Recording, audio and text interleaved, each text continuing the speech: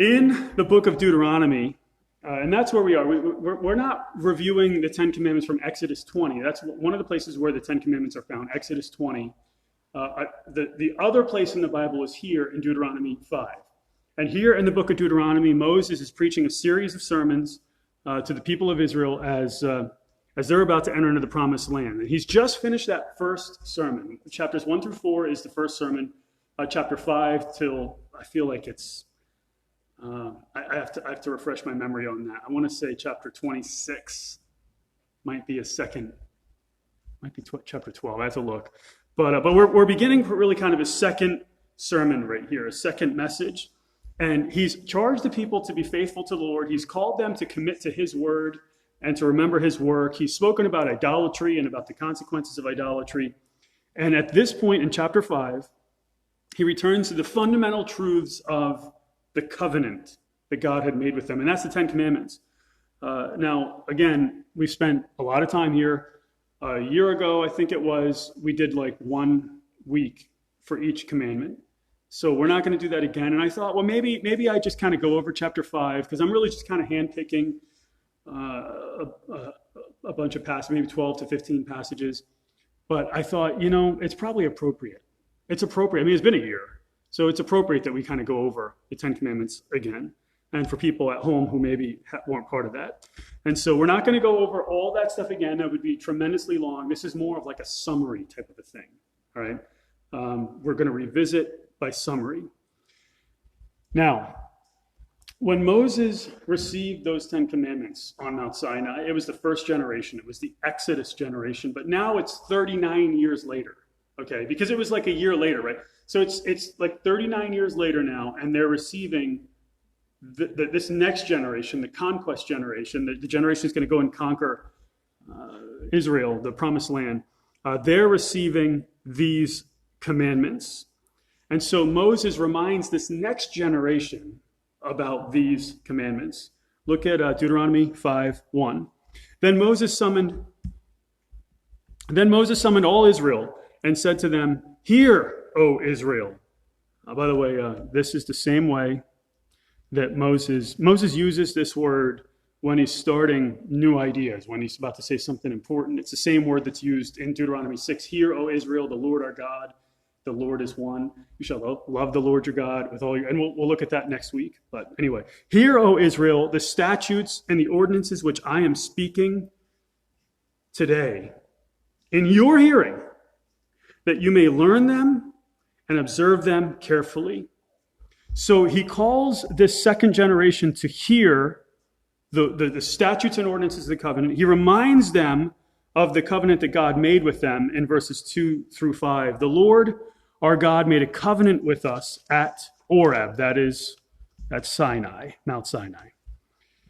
The Lord did not make this covenant with our fathers, but with us, with all those of us alive here today. In other words, this covenant that God has made was not some covenant that he made with our ancestors and excluded us. He made the covenant. Obviously made covenants, a covenant with Abraham, right? There's a covenant with Noah. But he made this covenant with our fathers, but also with us. That's kind of like what this construction is saying. It's not saying God didn't make the covenant with the first generation. It's that God didn't make the covenant with only the first generation. He didn't make this covenant with some other group that doesn't include us. He made this covenant with us. With all those of us alive here today. The Lord spoke to you face to face at the mountain from the midst of the fire, while I was standing between the Lord and you at that time to declare to you the word of the Lord, for you were afraid because of the fire and did not go up the mountain. He said, I am the Lord. Oh, by the way, this whole idea of this covenant, right? And we've talked about this already, so I don't need to say much about it, but it's a suzerain vassal treaty. Someone tell me something about a suzerain vassal treaty, if you remember. Anyone remember? Su-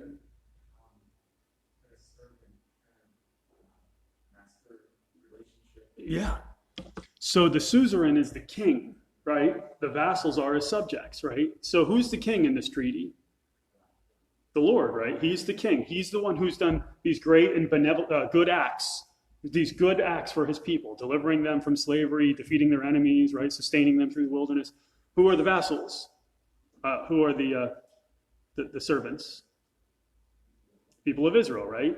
And so in a treaty like this, because of all these great things that the king has done, there are stipulations that the people need to follow. And that is like rules and commandments. And that basically is you need to be faithful to that king. You need to serve that king. Right? You need to follow the laws of that king. And that's really kind of the form of Deuteronomy. Right? That's kind of the idea behind Deuteronomy. God is the king. Israel, the people of Israel are his subjects. Right? And they need to follow. God has done all these wonderful things for them, and they need to follow, be faithful to him and follow his ordinances, his commands. All right, anyway, those stipulations, those commands that they need to follow they include the 10 Commandments. All right, look at the basis of those 10 Commandments. He said, I am the Lord your God who brought you out of the land of Egypt, out of the house of slavery. God, he is their God, and he's done these great benevolent things. He owns them, he possesses them, he delivered them. We already a couple of people went over the 10 Commandments. We're not going to do that right now while we're recording. But what was the first commandment? I guess I gave you the answer on that one, right? But I think you guys knew that, right? You already knew. You shall have. Here, let me do that so you can't look ahead. You got to think a little bit, right? You shall have no other gods before me. Can they see that on the video when it's low like that? I don't know if. I think they can. I think the camera's high enough for them to see that. You shall have no other gods before me. It can be translated, you shall never have other gods before me.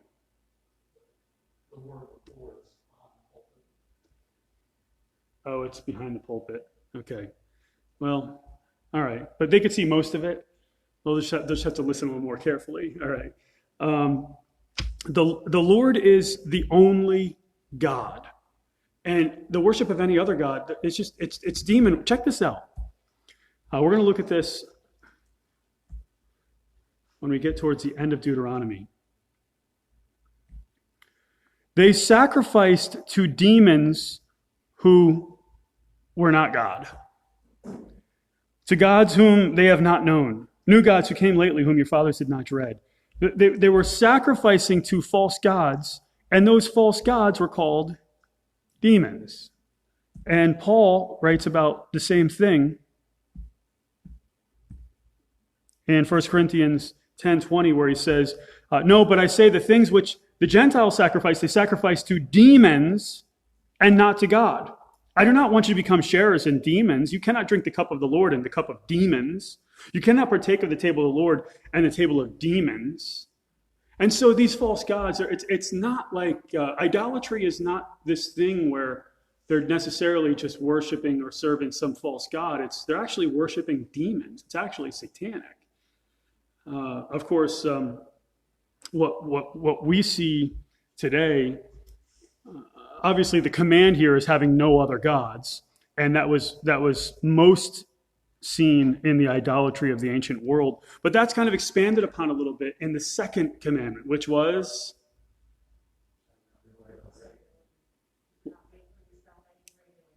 you shall not make it's against idolatry. You shall not make for yourselves and for yourself any. Sorry, I'm thinking, I'm doing King James, just like, who just quoted King James? You quoted King James. Oh, you got me messed up. You shall not make unto thee any graven image, the likeness of anything.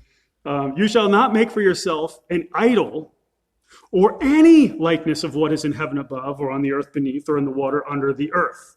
All right, so the second command has several parts. The first here is found in verse 8. You shall not make for yourselves an idol. All right, so don't even tread the line of idolatry. Don't make an image of God in any form, or the implication there would be not just forming one, but having an image of any kind. And we talked about that, I think, 2 weeks ago. So I'm not going to go in a whole lot of detail about that part of it.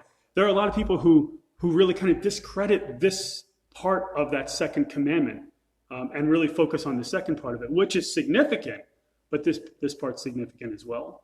So in our circles, it's like, well, listen, we're not worshiping it, so it's okay. And I'm not so sure that's true. I'm not so sure. If you read the Ten Commandments and you read the commands against idolatry in Deuteronomy 4, I don't think that's true.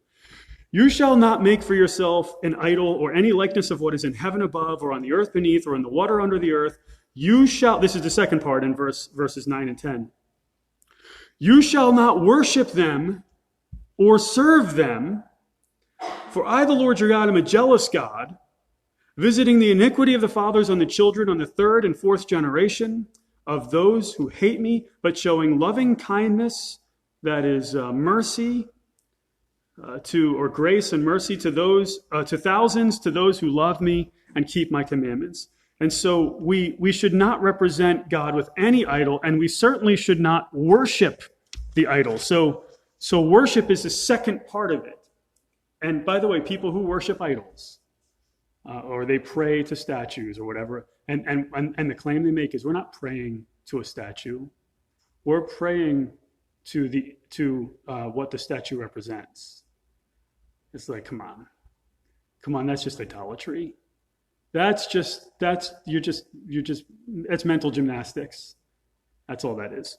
But anyway, these surrounding nations would take a piece of wood and carve it into the shape of some image and overlay it with silver or gold. They would put clothes on it and call it their god. There are times even in the ancient world where they would cut off their hands. Certain idol makers would cut off their hands and say, no hands made this image. And it's crazy. It's just crazy to even think that could happen. But that's what some of these people did. Here's an image you might remember from a year ago of the, anyone remember who this guy is?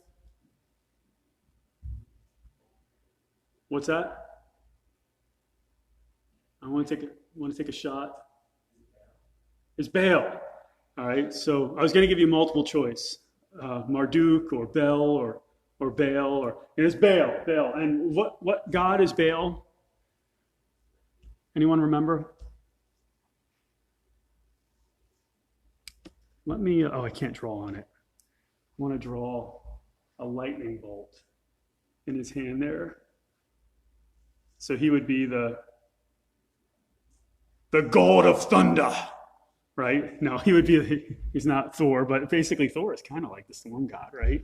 So Baal is the storm god, and Thor is kind of like, kind of a little bit like that. But anyway, I'm not trying to tread against, you Marvel fans, but same general idea. Baal is the storm god. He's a fertility god, and his wife is this woman here. That's Asherah. And there are some ancient texts where Israel became so syncretistic they mixed religions, and there's writings that say the Lord and his Asherah. So they actually made Asherah the Lord's wife in their idolatrous, syncretistic worship. And what that means is mixing of religions. So they were mixing the worship of the Lord with the worship of the Canaanites.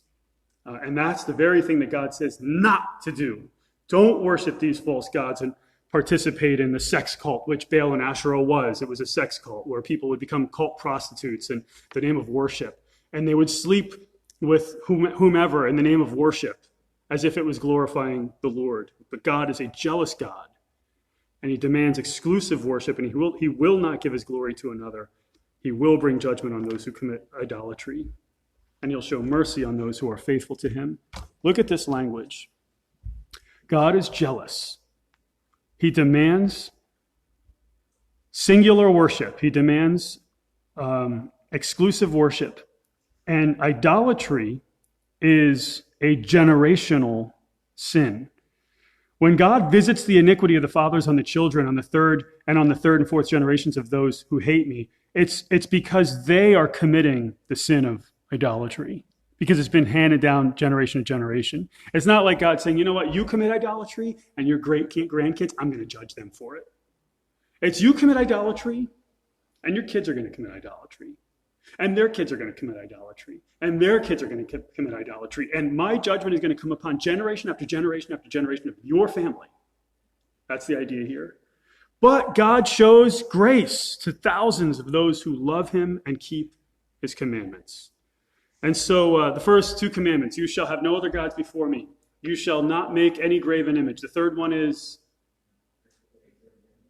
don't take the name of the Lord your God in vain. Verse 11, you shall not take the name of the Lord your God in vain, for the Lord will not leave him unpunished who takes his name in vain. And so this is about like swearing oaths and making vows. And basically an oath, and these are really kind of used interchangeably, but it's said that an oath is it's vertical. It's between a person and his God. And a vow is horizontal. It's between people. But the vow is made in the name of the God.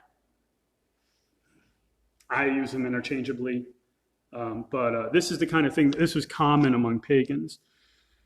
That doesn't happen so much. I think the closest thing to that today is, there are two things. One is, I'm telling the truth. I swear to, God. And that's kind of like invoking God's name in your truth. And that's kind of a subtle form of this. And another subtle form of this is, oh my God, or oh my Lord, just saying God's name. And that's what this means, is to take the name of the Lord your God in vain, which means empty or useless. So to use God's name in an empty way or a useless way. And that's kind of how we're doing it today. In context, it was about vows and oaths that were made. Like, listen, I vow that I'm going to do this thing for God, and then not carry it out. But we don't really do that so much today. I suppose some people do. If God saves me from this certain death, then I promise I'm gonna do this. And then don't do it. That would really be that would kind of be more like what this was talking about. But when you say, oh my God, or oh my Lord, and you use it in an empty way, you're basically using God's name in vain. So you shall have no other gods before me. You shall not make unto thee any graven image. You shall not bow down to them or worship them. That's the second commandment, which is one of the longest commandments in the Ten Commandments in Exodus. You shall not take the name of the Lord your God in vain. You already saw the next one, didn't you? Would that also apply to like a false teacher, if you're carrying the Lord's name in vain or just misrepresenting him?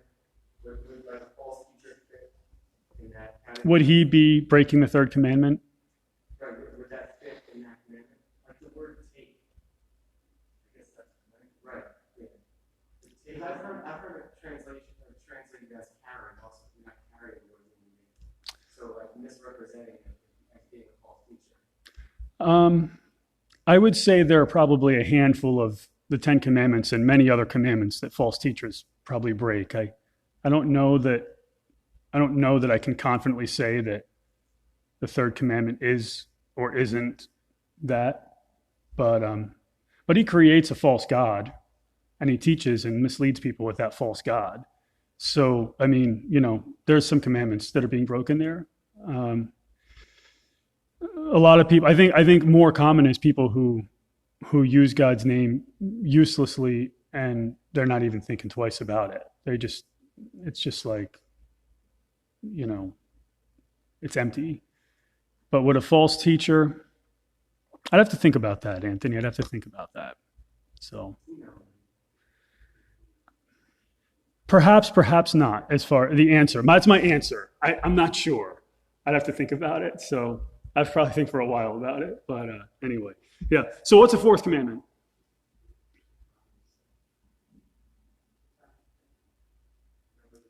You got it, Pietro, right? You got it? What is it? Can you say it a little louder? Remember the Sabbath day to keep it holy. Observe the Sabbath day to keep it holy as the Lord your God commanded. Now, did you see that before? Did you see it on the wall? You don't think so? Okay, good. So this is coming back, right? It's coming back to us a little bit, right? If you've forgotten them, then they start coming back a little bit. Look at verses 12 through 14, because really in Deuteronomy, this is the longest one. Observe the Sabbath day to keep it holy, as the Lord your God commanded you. 6 days you shall labor and do all your work, but the seventh day is a Sabbath of the Lord your God. In it you shall not do any work, you or your son or your daughter or your male servant or your female servant or your ox or your donkey or any of your cattle or your sojourner you're like a visitor, a traveler, a guest who stays with you, so that your male servant and your female servant may rest as well as you. And so the idea, first off, what day is the Sabbath? It's not Sunday, right? So a lot of people teach a Sunday Sabbath, and we may practice a Sabbath principle on Sunday, but the Sabbath was Saturday, right? The Jewish Sabbath. And if you go, I've told, people in this room have heard it, right? Don't get on the wrong elevator on Shabbat in Israel. You're better off taking the stair. Don't get in an elevator right now anywhere, all right? Because of the virus and everything. But I mean, if you have to get in an elevator when the virus is over, don't get on the wrong elevator in Israel on the Sabbath. You're better off taking the stairs, because you'll stop at every floor, because you can't push the button, because you've broken the Sabbath, because you pushed a button. That never made sense to me, because I could open a door. I can open a door. I'm not breaking the Sabbath by opening a door, but I can't push the button. Right? So there's some people, they really kind of take this and go to some crazy places. But the principle of Sabbath rest is based in what foundational biblical account? The creation account, which is God made the creation in 6 days with the rest of seventh, right? This is rest on the seventh, exactly. Now, we don't worship on the Sabbath. We worship on Sunday. And I'm not going to go through that whole argument again. If you want, or if you're listening at home, you want to go through that, we could get you in touch. It's Calvary Stroudsburg Soundbooth at gmail.com. And we can email the message on the Sabbath that kind of went into that whole argument a little bit about why we worship on Sunday. But just to give you one or two quick things, the church worshiped on Sunday, on the Lord's Day. They honored the Sabbath. The early church, a Jewish church, honored the Sabbath, and they worshiped together on Sunday. And they did that in part because they were honoring the Lord's Day, the day he resurrected from the dead. And we have several examples of this in Scripture, which I'm not going to get into tonight because it'll just take a long time. If I did this for I need a sermon for every. We already did this. You understand? So this is more of a review. It is important that we honor a day of rest, though. So the Sabbath principle remains. So we have someone give me the first few commandments. Let me read verse 15. You shall remember, I was supposed to read verse 15 there. You shall remember, no, I gave it away.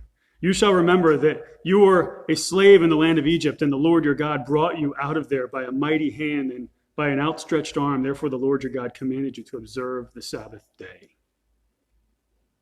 Fifth commandment. Hey, maybe someone up front here can give me the fifth commandment. You shall have no other gods before you. You shall not make unto thee any graven image. You shall not take the name of the Lord your God in vain. Remember the Sabbath to keep it holy.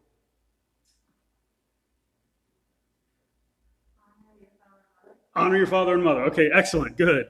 That's an easy one, right? You should, yeah, exactly. And there's a good way to do that is to pick up your clothes in the bedroom every day, because your father and mother love a clean house, right? Is that a good way to honor? Clean up after yourselves. If you put the kids, if you scoop ice cream out of the ice cream tub, and then you stick that dirty ice cream scooper right there on the counter and let it sit there without rinsing it off, and then you leave the ice cream out, probably not like the best way to, just a word to the wise, Maybe it's better if mom and dad they like a clean house. Anyway.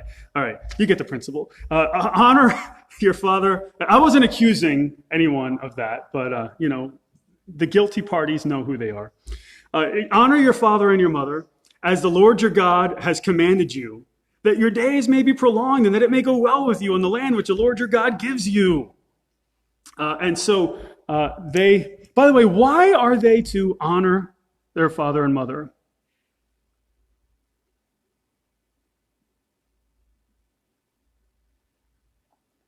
I'm not talking about the result of it. Why honor their father and mother? You almost don't even need the passage for this one, but it's in there, kind of. Why honor?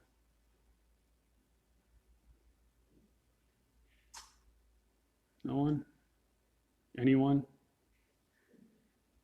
No? The answer is so simple. You'll just be like, ugh, I just didn't know what you were asking for, but yes, that makes perfect sense. Of course that's true. Honor your father and mother. Why? Because God has commanded us to do that, right? And you're like, oh, come on. That's what you were looking for? I was thinking so much more deep than that. But yeah, that's it. I mean, look, the passage says, honor your father and mother as the Lord your God has commanded you. The basis of this command is God's telling you to do it, right? So when you honor your father and mother, you're not just doing that for their sake. You're honoring them as unto the Lord. So I'm honoring my parents as I'm honoring God, right? I'm doing it according to what God has said. Now, the purpose for it, for Israel, was prolonged life and being in the land, continuing in the land. By the way, the promise of land, seed, and blessing, it was given to Abraham in an unconditional covenant. That is, it's always going to belong to Israel. The promised land's always going to belong to Israel. They're going to have it for eternity.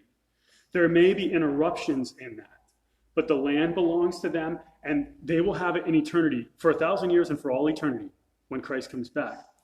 But their time in the land was dependent on following the covenant, on being faithful to God, on honoring their father and mother. And by the way, honoring their father and mother was a way to guarantee Yahweh worship to ensuing generations. What I mean when I say that is, in that culture, and really in this culture, for Christians at least, to honor your parents meant, in part at least, to worship their gods, to be faithful to their gods. I'm going to tell you, there are few things that my kids can do that would make me happier. I don't know if there's anything. Mrs. Metcalf, anything for you that would make you happier than your kids being faithful to God? That's going to be number one. That's really the best way to honor, right? Paul, Cindy, right? Anthony. I mean, the number one way that you can honor your parents is by remaining faithful to the Lord. And that ensures that God is worshipped for generation after generation after generation. You shall have no other gods before me. You shall not make unto thee any graven image. You shall not take the name of the Lord your God in vain. Remember the Sabbath to keep it holy. Honor your father and mother. What's the sixth commandment? Again, let me defer to the front for a second, and then we'll open up. This is easy. I think it's the easiest one, personally. Sixth commandment. Anyone? I'll open up to everybody. Shy in the front row there a little bit, right? What's that? Thou shalt not kill. Thou shalt not commit murder, right? That's like right? Do you guys think that's the easiest one? If you ask people in the world, you don't think that's the easiest one? What's the easiest one? The Sabbath day is the easiest one? Okay, well, okay, all right, good. I don't think it is, but you shall not murder, right? That's what it says in verse 17. You shall not murder. You shall not commit murder. Thou shalt not kill. If you ask someone in the world to name one of the 10 commandments, I've got to think, survey says You know what I mean? Like that would be a high one, right? And what would the next? Well, let's not go there yet. But that would be probably number one answer in what's that called? Is that Jeopardy? What's the game where Family Feud, right? Family Feud. Uh, if what name one of the Ten Commandments? Anyone think "Thou shalt not kill" is going to be second?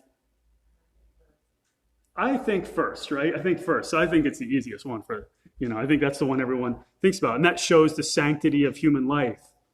No life is more significant than any other. We've talked about this a few weeks ago, how there are movements today that say, this life is significant or that life is significant or whatever else. And to me, all that stuff is just divisive. Every single human life matters equally. And the lives that get overlooked more than any other life, and this is hands down unquestionably the case, is the life of preborn infants. All right? The most innocent and helpless of our population. Those lives are as significant as any other life. And most people don't even consider those to be legitimate lives. Or many people don't consider those to be legit. And that's evil. It is a great evil. And to end that human life is one of the greatest of evils that can take place. The ending human life belongs to one entity besides God. And what is that? Government. Only the government has the right to take life. Who knows the seventh commandment? Okay, name one of the 10 commandments. Number 1 is taken. Thou shalt not kill. Number 2, steal. I might call steal third or fourth. Does anyone want to overtake steal as maybe the second highest answer? What's that? You think it's number 2? Anyone else think something else is number 2? I think survey would say something else, personally.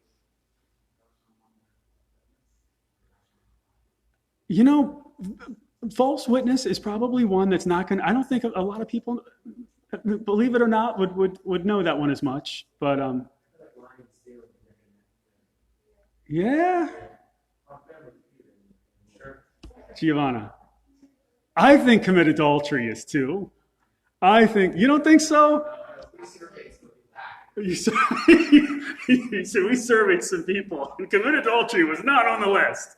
That might be true, but in my mind, it would be this. What's that? For Carl Lentz, it might not. What's that? It wouldn't be on the list. No, I think it would be, but I'm just trying to play around a little bit. That's the next one, right? You shall not murder. You shall not commit adultery. And as far as popularity goes, in my mind, that's probably the second most well-known one. But I'm becoming increasingly out of touch with the real world.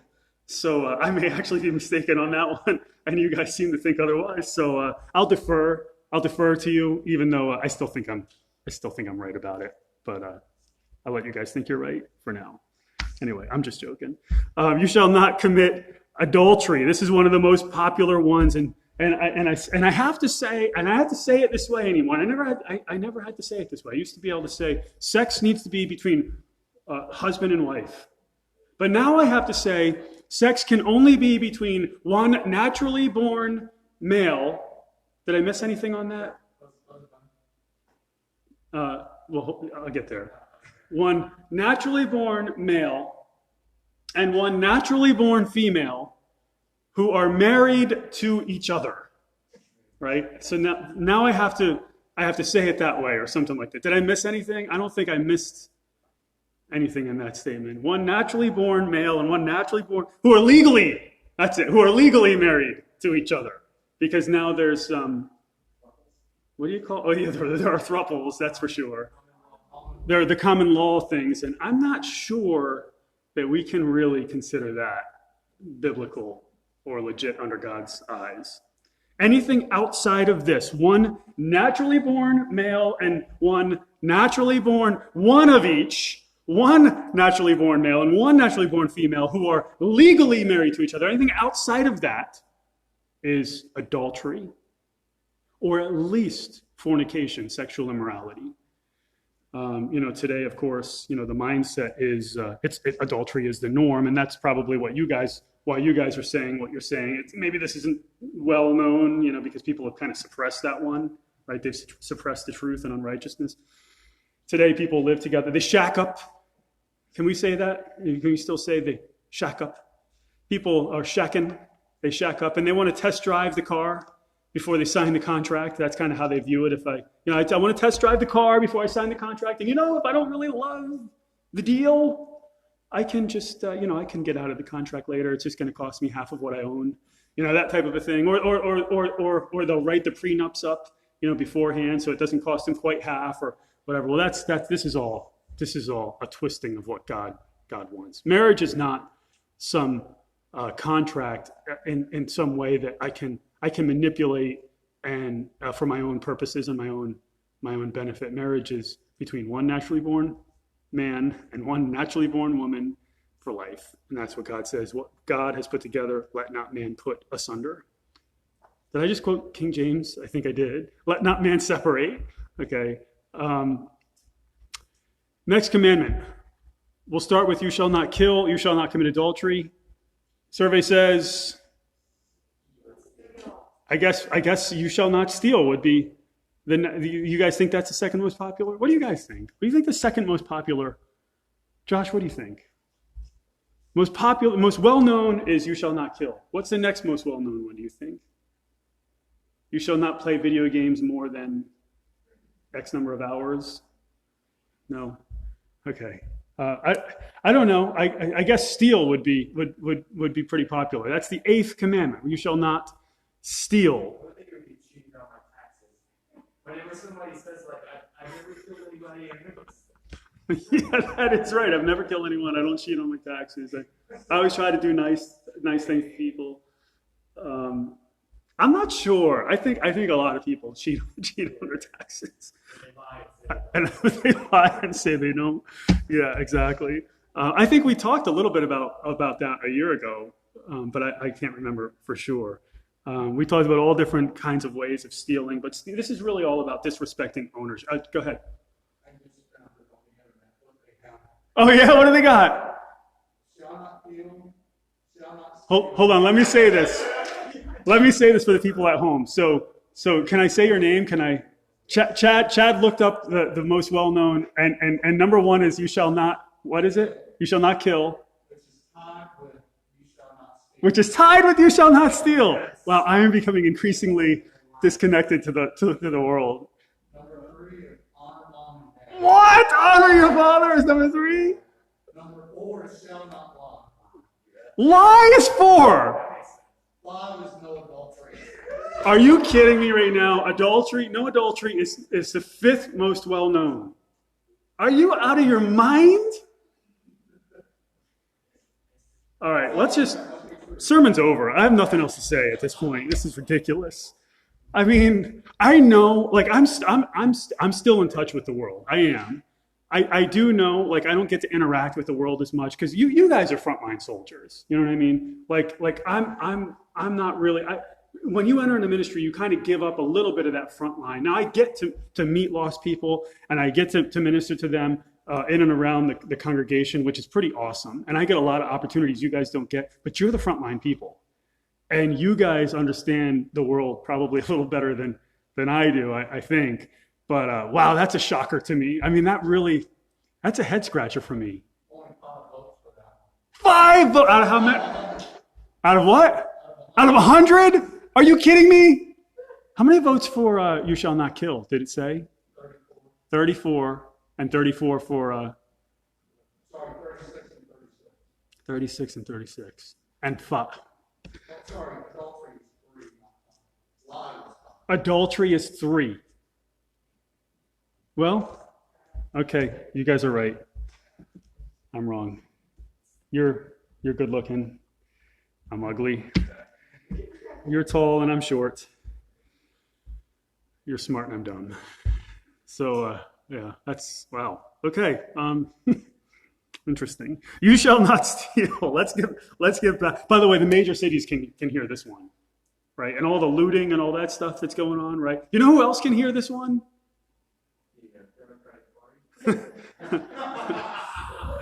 He said the Democratic Party. I was going to say socialists, but it is becoming increasingly. They are becoming increasingly intermingled a little bit, right?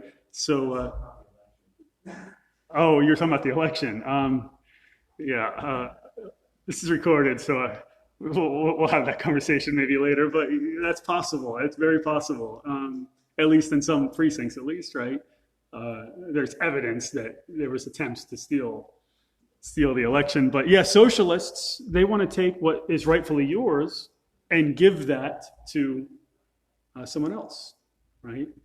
I saw a video where a guy was interviewing socialists on the street, and they were pushing for socialism, and he wasn't wearing a coat, and they were wearing a coat. And he says, "Well, can you give me your coat because I'm cold? I would like to take your coat." And he said, "No, get your own coat. You know, there's stores down here. You could go buy a coat wherever you want." And he said, "But you're a socialist, so you have and I don't have. So according to socialism, you need to give me your coat." And those guys would get upset. But this is true. You know, socialism is really kind of a form. In my mind, it's a political form of theft. It really is. Now, I don't know when it crosses over into that. I'm no expert on that, but yeah, it is. The next one, we got to kind of move along a little bit. You shall not bear false witness against your neighbor. This is being, where was this on the list, Chad? You shall not lie. That was tied for number 1. Shall not lie was number 4. What was tied? Oh, steal. And what was third? Honor. And so fourth was you shall not lie, and it had 4 votes. 5 votes. Okay. All right. Yeah. I would think that would be one that would be relatively well known, I guess. But 5 votes. Not impressive. The world doesn't understand these. But obviously, this is about spreading falsehoods, lying. That happens a lot on the internet. Facebook is like the breeding ground for lying. And you know, our president popularized the term fake news. So every time you spread unsubstantiated reports on the internet, you're really opening yourself up to potentially lying about someone.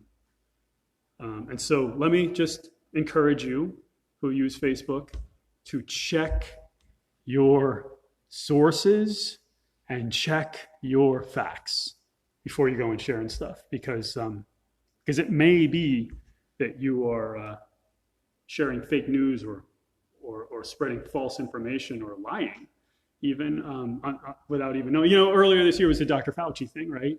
You know, everybody was talking about Dr. Are people still saying Dr. Fauci's the Antichrist? Are they still saying Bill Gates? They're still saying that? Yeah. You know, earlier this year, Dr. Fauci it was a big thing that, you know, everybody was against Dr. Fauci, and they were spreading all types of false reports about Fauci, and I'm sure they're spreading false reports about Gates as well. But that Fauci thing was just a passing fad, and whatever. Just make sure when you're sharing truth and not fake news. The last one, you shall not covet your neighbor's wife, and you shall not desire your neighbor's house, his field, or his male servant, or his female servant, his ox, or his donkey, or anything that belongs to your neighbor. And this is talking about respecting property as well, and respecting marriage, and so on. In the ancient world, a house would be passed from generation to generation, and so you know, to covet a neighbor's wife or house. You know, these were often they were like the under the surface sins that would often lead to other sins. To covet your neighbor's wife would lead to potentially the sin of adultery, right? To covet a neighbor's house could potentially lead to what sins? Maybe stealing, maybe murder. By the way, to covet a neighbor's wife led to murder in the Bible, right? We have an example of that. David and and Uriah the Hittite, right? He killed Uriah the Hittite for Uriah's wife Bathsheba. Yeah, absolutely. And so Moses reminds Israel of the covenant that God made with them. He reminds them of the stipulations of the covenant, and he reminds them of that moment on Mount Sinai when they received the covenant. Now, I want to read a few more verses before we finish here, so just let me read these, and I want to stress just a couple of verses towards the end of this paragraph. These words the Lord spoke to all your assembly at the mountain from the midst of the fire, of the cloud, and of thick gloom, with a great voice, and he added no more. This is God's audible voice. He wrote them on 2 tablets of stone and gave them to me. And when you heard the voice from the midst of the darkness while the mountain was burning with fire, you came near to me, all the heads of your tribes and your elders. You said, behold, the Lord our God has shown us his glory and his greatness, and we have heard his voice from the midst of the fire. We have seen today that God speaks with man, yet man lives. Now then, why should we die? For this great fire will consume us if we hear the voice of the Lord our God any longer, then we will die. For who is there of all flesh who has heard the voice of the living God speaking from the midst of the fire, as we have, and lived? Go near, Moses, go near and hear all that the Lord our God says. Then speak to us all that the Lord our God speaks to you, and we will hear it and do it. The Lord heard the voice of your words when you spoke to me. And the Lord said to me, I have heard the voice of the words of this people which they have spoken to you. They have done well in all that they have spoken. Oh, that they had such a heart in them. Oh, that they had such a heart in them, that they would fear me and keep all my commandments always, that it may be well with them and with their sons forever. Oh, that they had such a heart, that they would keep God's truth, that they would fear God and keep his commandments.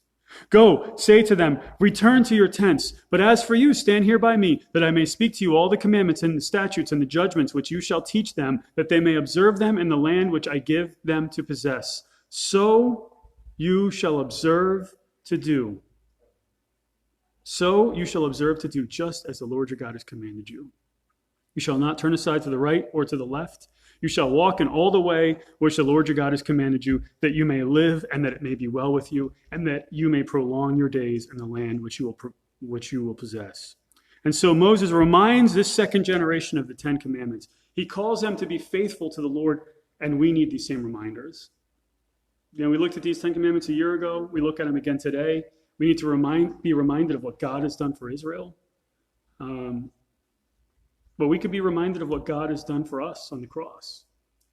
As we think about these 10 commandments and them being stipulations of the covenant that God made with Israel, all of it requires faith. We can only think of God's work on our behalf when Jesus went to the cross, paid the penalty for our sins, took our place as our substitute, and died for us so that we can be declared righteous by faith, and we can be saved and have everlasting life. And that should motivate us, the work of God. The work of God was to motivate Israel to fear him and keep his commandments. And the work of God in Christ should motivate us to live for him, to serve him, and to be faithful to him. New Testament believers should be thankful for the salvation we have in Christ. We should consider the works that God has done for us, and that should motivate us to keep his word, including these 10 commandments. Brother Paul, you want to come forward and close our service with a hymn?